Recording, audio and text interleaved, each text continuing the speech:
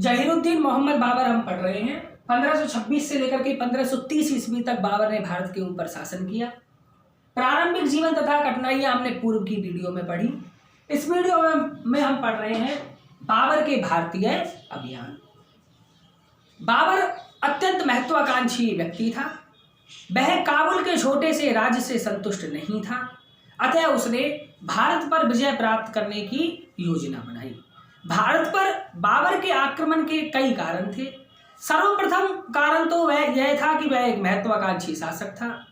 दूसरा, वह भारत पर अपना पैतृक अधिकार समझता था। और तीसरा, उस समय की भारत की तत्काल राजनीति भी बाबर के अनुकूल थी। चौथा, भारत आर्थिक रूप से एक संपन्न प्रदेश था। भारत की अपार धन संपदा के विषय में बाबर को जानकारी थी। बाबर के भारत पर आक्रमण की योजना और आसान हो गई जब पंजाब के शासक दौलत खां लोधी तथा इब्राहिम लोधी के चाचा आलम खां ने उसे भारत पर आक्रमण करने के लिए आमंत्रित किया। तो सबसे पहला हम उसका अभियान देखें। प्रथम अभियान जो था बाबर का, वह था बाजौर तथा भीरा की विजय, जो हुई 1519 में। बाबर ने भारत पर पहला आक्रमण 1519 में किया। उसने बाजौर के दुर्गों को घेर लिया।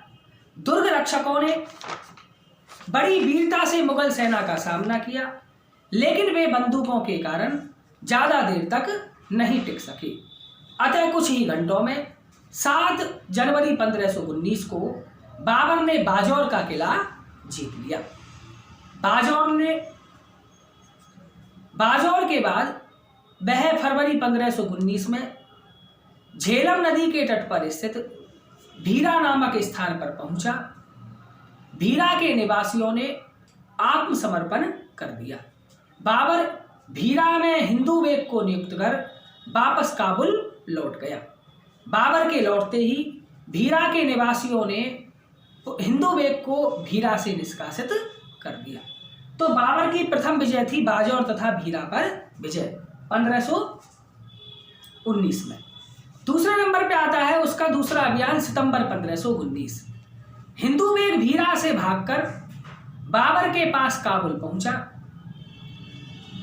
अतः बाबर ने पुनः दूसरी बार यूसुफजाई अफगानों के विरुद्ध अभियान किया, किंतु पेशावर पहुंचने के बाद उसे सूचना मिली कि सुल्तान सैद खां बदख्शा की ओर बढ़ रहा है। अतः बाबर को वापस काबुल लौटना पड़ा। बाबर का तीसरा अभियान 1520 में बाबर ने सियालकोट पर अधिकार कर लिया। इसके बाद उसने सियालकोट के निकट सैयदपुर पर कब्जा कर वहां लूटमार की। 1522 में उसने कंधार पर भी अधिकार कर लिया। चौथा अभियान लाहौर तथा दीपालपुर की विजय 1524 में पंजाब के सूबेदार दौलत खां लोधी ने अपने पुत्र दिलावर खां को बाबर के पास सहायता के लिए भेजा। बाबर ने 1524 में भारत पर आक्रमण कर लाहौर व दीपालपुर पर अधिकार कर लिया। बाबर ने जालंधर व सुल्तानपुर का सूबेदार दौलत खां के पुत्र दिलावर खां को बनाया तथा दीपालपुर का सूबेदार इब्राहिम लोधी के चाचा आलम खां को नियुक्त किया। बाबर के वापस लौटते ही दौलत खां व उसके एक अन्य पुत्र गाजी खां ने सुल्तानपुर व दीपालपुर पर अधिकार कर लिया। आलम खां भागकर बाबर के पास चला गया तथा उसने बाबर से दिल्ली पर आक्रमण करने का निवेदन किया। तो पंजाब के जो सूबेदार थे दौलत खां लोधी ने अपने पुत्र दिलावर खां को बाबर के पास सहायता के लिए भेजा और बाबर ने उन्होंने दिल्ली पर आक्रमण करने का निवेदन किया। पांचवा अभियान जो है वह था 1525 में। दौलत खां के विद्रोह की सूचना मिलने पर बाबर ने दौलत खां को दंडित करने के उद्देश्य से 1525 में अपना 5वां भारतीय अभियान किया। दौलत खां उस समय मिलभट के किले में था और जिसे बाबर ने घेर लिया था। दौलत खां का पुत्र गाजी खां भागकर इब्राहिम लोदी की शरण में चला गया। उसके दूसरे पुत्र दिलावर खां ने बाबर का साथ दिया। दौलत खां ने आत्मसमर्पण कर दिया। इसी समय बाबर को अनेक अफगान अमीरों ने, जो इब्राहिम लोदी से असंतुष्ट थे, अपनी अपनी शुभकामनाएं भेजी, जिनसे प्रोत्साहित होकर बाबर ने दिल्ली पर आक्रमण करने के लिए अपने प्रयत्न प्रारंभ कर दिए। तो ये थे बाबर के प्रथम 5 अभियान। अब आता है सबसे पहला पानीपत का प्रथम युद्ध।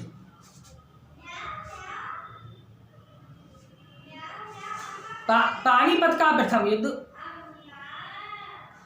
पंजाब विजय के बाद बहुत से सरदार और सैनिक बाबर के साथ आ मिले। 21 अप्रैल 1526 को पानीपत का प्रथम युद्ध हुआ। 12 अप्रैल 1526 को पानीपत के मैदान में पहुंचकर बाबर ने अपनी मोर्चाबंदी प्रारंभ कर दी, जहां इब्राहिम लोदी पहले से ही पड़ाव डाले हुए था। बाबर व इब्राहिम लोदी की सेनाओं की संख्या के विषय में इतिहासकारों में तीव्र मतभेद है। अबुल फजल व फरिश्ता के अनुसार बाबर की सेना में 12,000 सैनिक थे, जबकि विलियम रसब्रुक ने बाबर की सेना में 8,000 सैनिक माने हैं। इब्राहिम लोदी की सेना में तकरीबन 1 लाख सैनिक थे। दोनों की सेना के मध्य निर्णायक युद्ध 21 अप्रैल 1526 को हुआ। इस युद्ध में बाबर द्वारा तुलगमा युद्ध पद्धति का प्रयोग किया गया। तोपों की मार से इब्राहिम लोदी की सेना में भगदड़ मच गई। इब्राहिम लोदी लड़ते हुए मारा गया। दिल्ली तथा आगरा पर बाबर का अधिकार हो गया। पानीपत के युद्ध में विजय प्राप्त करने के पश्चात बाबर 27 अप्रैल 1526 को दिल्ली आया और उसने अपना राज्याभिषेक संपन्न करवा दिया तथा अपने नाम का खुतबा पढ़वाया। इसी के साथ भारत में मुगल वंश की स्थापना हुई। तो पानीपत का प्रथम युद्ध 21 अप्रैल 1526 को बाबर और इब्राहिम लोदी के बीच में हुआ। इस युद्ध में इब्राहिम लोदी की पराजय हुई और इब्राहिम लोदी की पराजय के साथ भारत के ऊपर बाबर ने मुगल वंश की स्थापना की। दूसरे नंबर पे आता है खानवा का युद्ध 1527 ईस्वी, 17 मार्च 1527। बाबर के लिए भारत पर शासन करने के लिए राजपूतों की शक्ति का दमन करना अति आवश्यक था। राजपूत राजा व राणा सांगा मुगलों को भारत से निकालने के लिए तत्पर थे। बयाना दुर्ग पर सांगा की विजय के बाद मुगल सैनिक भागकर बाबर के पास पहुंचे व उन्होंने सांगा की वीरता की चर्चा की। बाबर ने सांगा के विरुद्ध जिहाद की घोषणा की तथा अपनी सेना सहित खानवा के मैदान में पहुंच गया। खानवा का जो युद्ध था, बाबर ने उस युद्ध को जिहाद घोषित किया। वह मुसलमानों पर लगने वाला एक कर होता है तमगा, जिसको बोलते हैं व्यापारिक कर, नामक कर को समाप्त करने की उसने घोषणा की। उसने सैनिकों में जोश भरने के लिए शराब ना पीने की भी शपथ ली। सांगा व बाबर की सेना के मध्य 17 मार्च 1527 को निर्णायक युद्ध हुआ। राजपूतों ने बड़ी वीरता का प्रदर्शन किया, लेकिन बाबर के तोपखाने के सामने वे परास्त हुए। उसकी इच्छा के विरुद्ध राणा सांगा तीर लग जाने से घायल हो गया। युद्ध में उसे उसकी इच्छा के विरुद्ध युद्ध के मैदान से बाहर ले जाया गया।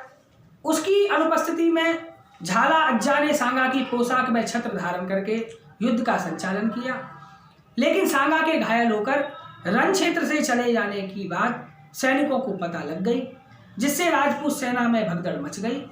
वह बाबर की निर्णायक विजय हुई। बाबर ने इस विजय के बाद गाजी की उपाधि धारण की। इसके बाद आता है खानवा का युद्ध। इसके बाद आता है चंदेरी का युद्ध।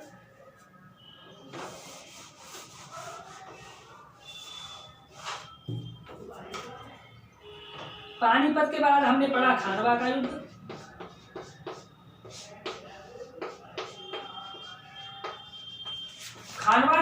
बाद हम पढ़ेंगे चंदेरी का युद्ध।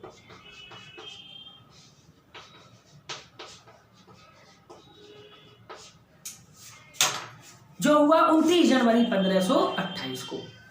सालार पर विजय के उपरांत बाबर ने मालवा क्षेत्र में चंदेरी के राजा मेदिनी राय पर आक्रमण किया।